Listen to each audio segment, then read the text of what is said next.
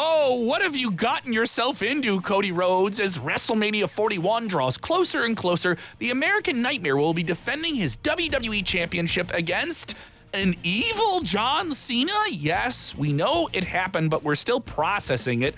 Yes, a John Cena who attacked Cody with the help of an always evil The Rock and Travis Scott. Yes, the very famous rapper, Travis Scott, the not real, fake WWE Hardcore Champion. Don't know if anyone's going to cash in the 24/7 rule on him. Yeah, and speaking of fake championship belts, and we apparently are referencing what CM Punk is saying, we haven't forgotten about The Rock's custom People's Championship belt, which he probably carries around like it's a real deal, including during last year's WrestleMania season where he was awarded it by the family of Muhammad Ali at the WWE Hall of Fame. But if you really think about it, The Rock hasn't been a People's Champion for a while now. In fact, he's the final boss. He's the boardroom. He's corporate Rock. Yeah, how could he not be more corporate Rock right now? You can't be both. You can't be the final boss and the People's Champion. That doesn't make sense. That's right. The corporate heel bad guy and the beloved man of the people good guy simultaneously is a huge contradiction. It raises an eyebrow, doesn't it? Yeah.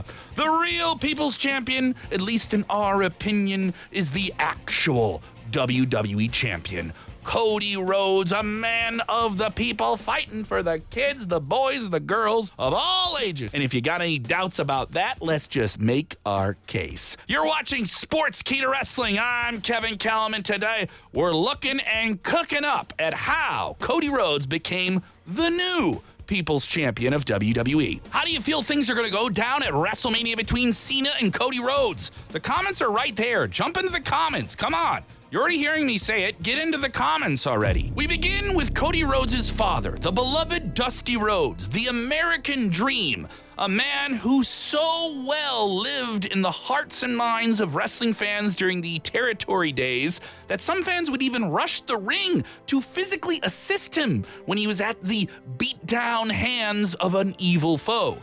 WWE Hall of Famer and former NWA World's Heavyweight Champion Dusty Rhodes was truly one of the greatest on the microphone who could truly talk them into the building, and a true everyman in every sense of the word. In his day, Dusty Rhodes very much was the People's Champion, bringing an intense level of realism and working-class edge to pro wrestling, an alternative to the polished and pompous main event talents of Nature Boy Ric Flair. The Nature Boy could live on his big house on the big side of town and brag about this and brag about that, but the things that Dusty bragged about was fighting for the people who paid tickets to see him deliver that beatdown, hopefully on Ric Flair. Woo! He represented the man on the street, the factory worker, the tradesman. He was literally a son of a plumber. Flair represented a higher, wealthier class, something that most fans could only dream of equaling with all of his money, ego, girls, and brash nature. Someone like Dusty was the perfect opposition, giving fans something to relate to or cheer for in the middle of all that conflict. This was evidenced perfectly in the Hard Times promo from October of 1985 in the Mid-Atlantic wrestling territory. It is considered one of the greatest wrestling promos of all time because it meant so much to people who were dealing with actual hard times. It is undeniably one of the most iconic pieces of microphone work in the history of professional wrestling, and something that's definitely worth checking out if you've never seen it before. Gen Z fans, it's powerful. You need to see it. So what we're saying is that given that his father was one of the greatest People's Champions in the history of the business, there's no wonder that Cody Rhodes became the People's Champion of this generation. It's literally in his blood. After all, his father said when he was younger, hard times breed better men. Better men. Shout out downstate. Dusty Rhodes never technically won the WWE Championship. In fact, he was robbed of it. This was the basis for Cody's now iconic Finish the Story angle in his ramp up to WrestleMania 40, which saw him main event back-to-back WrestleManias against a dastardly villainous, yes, he was a villain, Roman Reigns, finishing his story properly on the second attempt in Philadelphia when he became WWE Champion and humbled Roman Reigns and his entire family in the process. But Cody's rise to the People's Champion status didn't just come from finishing the story. Sure, chasing the title in the memory of his father is what pushed him to the next level, but it was a long road to get there. When Cody began in WWE, yeah, he had that advantage. He was Dusty Rhodes' son. He wasn't really a man of the people at all. He was a famous wrestler's son with a fairly generic look, but certainly a lot of potential. In his initial teams with Hardcore Holly and Ted DiBiase Jr., he didn't exactly give himself the right chance to show off a lot of the personality, and the circumstances gave him a limited platform. But still, there was something there. You could see it. Despite seeing him featured heavily on weekly television, WWE wasn't pushing him straight up the card. He was playing a good role, but a supporting one. That's when he became Dashing Cody Rhodes in the early 2010s. He was a bad guy that the fans loved to hate, a narcissist, if you will, not Lex Luger. The same thing when he became undashing, where one small scar on his face drove him to wear a protective face mask and turn away in disgust of everyone. Then when he brought back the old school WWE Intercontinental Championship belt design in 2012, he was smug and arrogant. Then he teamed with Damian Sandow to form Team Rhodes Scholars, complete with the lovely mustache. He was once again a bad guy. The fans loved to boo Cody Rhodes, and to our point, he loved to make them boo him. He was doing his job. He did have some babyface success in a tag team alongside his brother Dustin Rhodes as Goldust. Yeah, 2013 was a great time for tag teams in WWE. They won the WWE Tag Team Championships, and it saw Cody's notorious Stardust character become a thing. Stardust.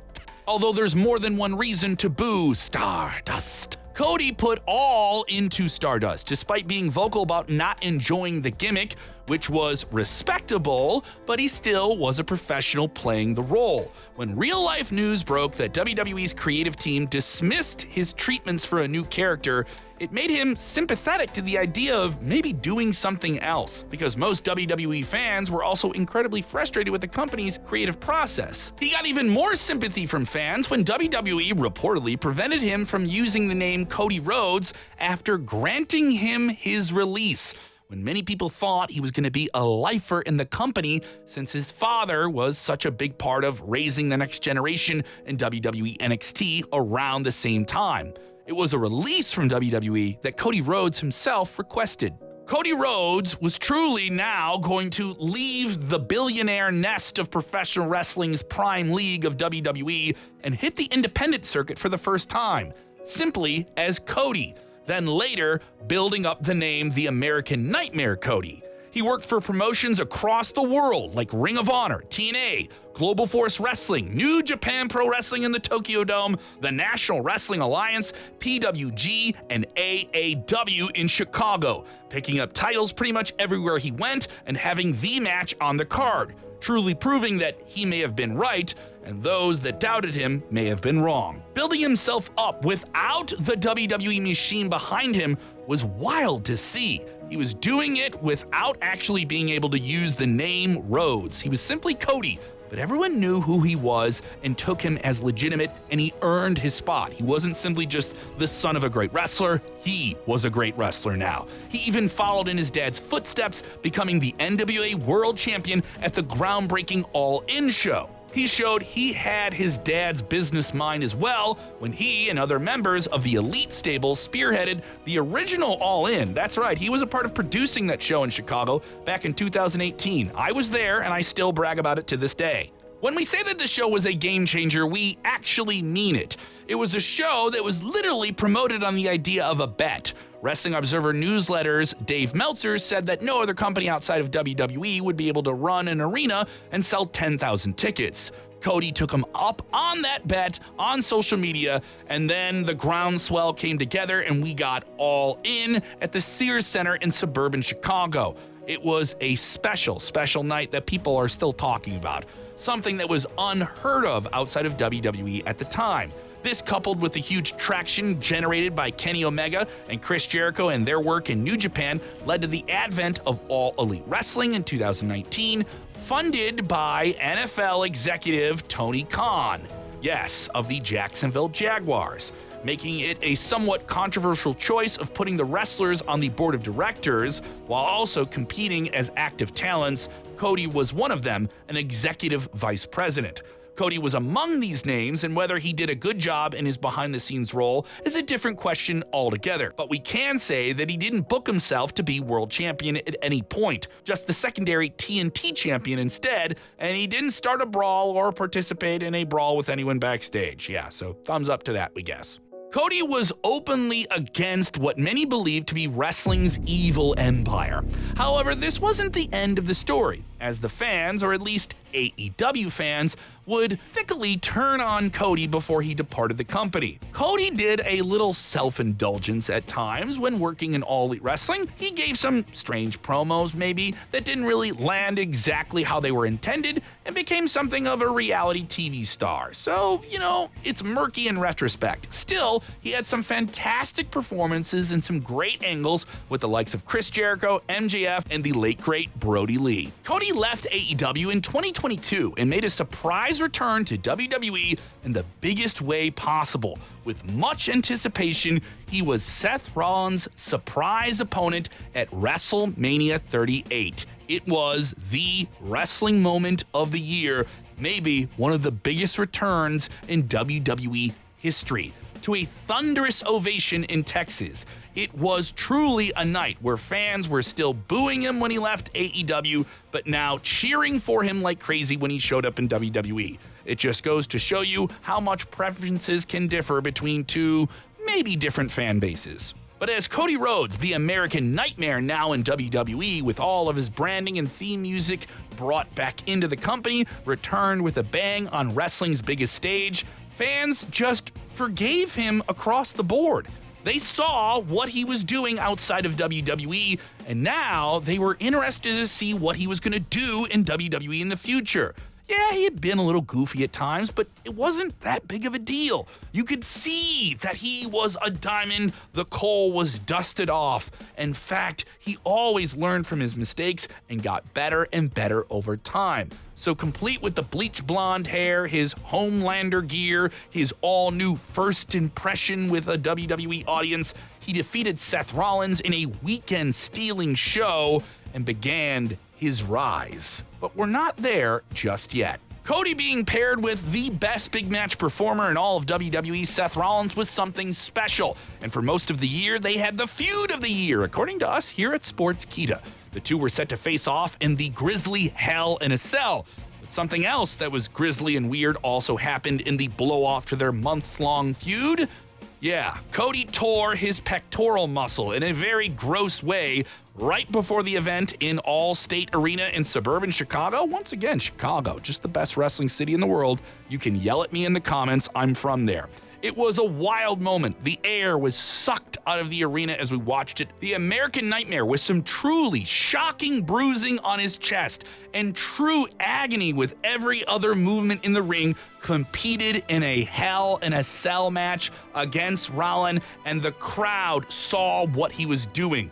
When he did this, sensible or not, he was out to prove legitimately to a wider audience and to WWE higher-ups that he was gonna be their guy. That when the audience showed up, if he was tough enough, he was gonna fight through the worst of it for them and prove to the company he will deliver on his promises no matter what, even in dire real-life situations.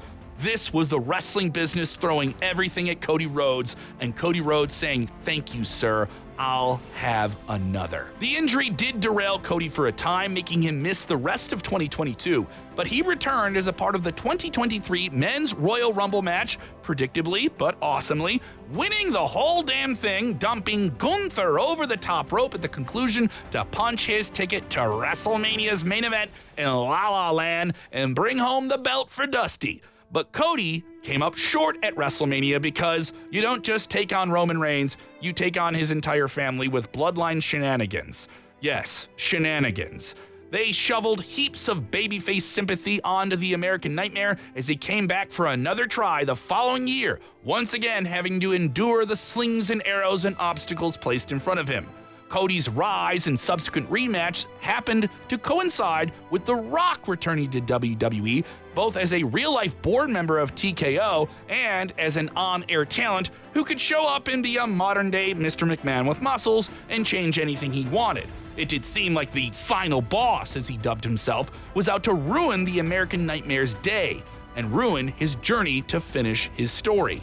However, thanks to a huge social media movement from what The Rock referred to as Cody Crybabies, WWE had no choice but to put Cody Rhodes in the main event against Roman Reigns at WrestleMania 40 in 2024. He won the title, ended Reigns' historic run, and enlisted help from Seth Rollins, The Undertaker, and, ironically, John Cena, all because the people wouldn't let it be any other way. The people. Wrestling fans, casual and hardcore, rallied behind Cody in the same way they did with Daniel Bryan in his push to the main event at WrestleMania 30. They booed The Rock, and they booed him to send a message, forcing a hellish turn and a creation of the People's Championship, as he was no longer going to be the challenger for Roman Reigns and the WWE Championship. But if you look at the evidence we've presented here, the people have already chosen their champion. And it isn't Dwayne Johnson. He's a big movie star, but he isn't the fighting champion for the people that are there every week. Cody Rhodes, through sheer hard work, determination, general toughness, and the guidance of everyone who brought him in, has won the fans over with his love for professional wrestling, to the extent that they chose him over one of the biggest crossover stars to ever leave wrestling and do maybe bigger things. It didn't matter. Cody was our guy. Not only did Cody look the part in the way that a top star typically would conduct themselves, he's done all the work outside of WWE as well. He went from undesirable to undeniable. He said it himself.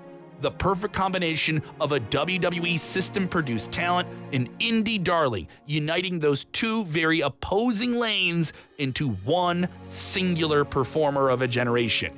He had the lineage to back it up, because there wasn't a wrestling fan in the world who didn't know the name Rhodes. On paper, he was the perfect choice to be the next face of WWE, and the fans saw that and believed in it.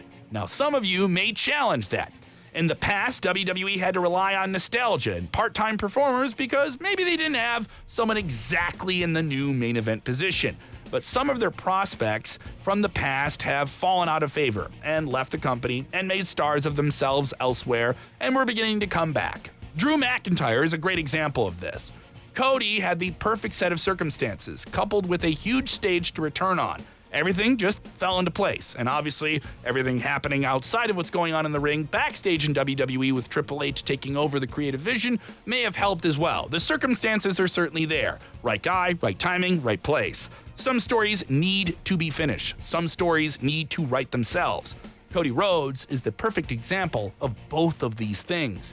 With the partnership of The Rock and John Cena now breathing down the tattooed neck of Cody Rhodes, WrestleMania approaches. It seems that WWE really is going all in, no pun intended, on Cody Rhodes as their top babyface, and they're giving him John Cena's last WrestleMania match. And John Cena's not the good guy he was for so many people before. He's the bad guy, and our good guy is Cody Rhodes. What do you think? Yeah, you can disagree with us. I don't like Cody. Oh, Cody, boo, boo, boo, boo, boo. But what about all the people cheering for Cody? What about all the people that booed when John Cena turned on him? Yeah, it takes two to tango, good and evil. And Cody, like we said, he's our good guy. Let us know what you think in the comments below. Hit the like button and subscribe to Sportskeeda Wrestling for more videos just like this.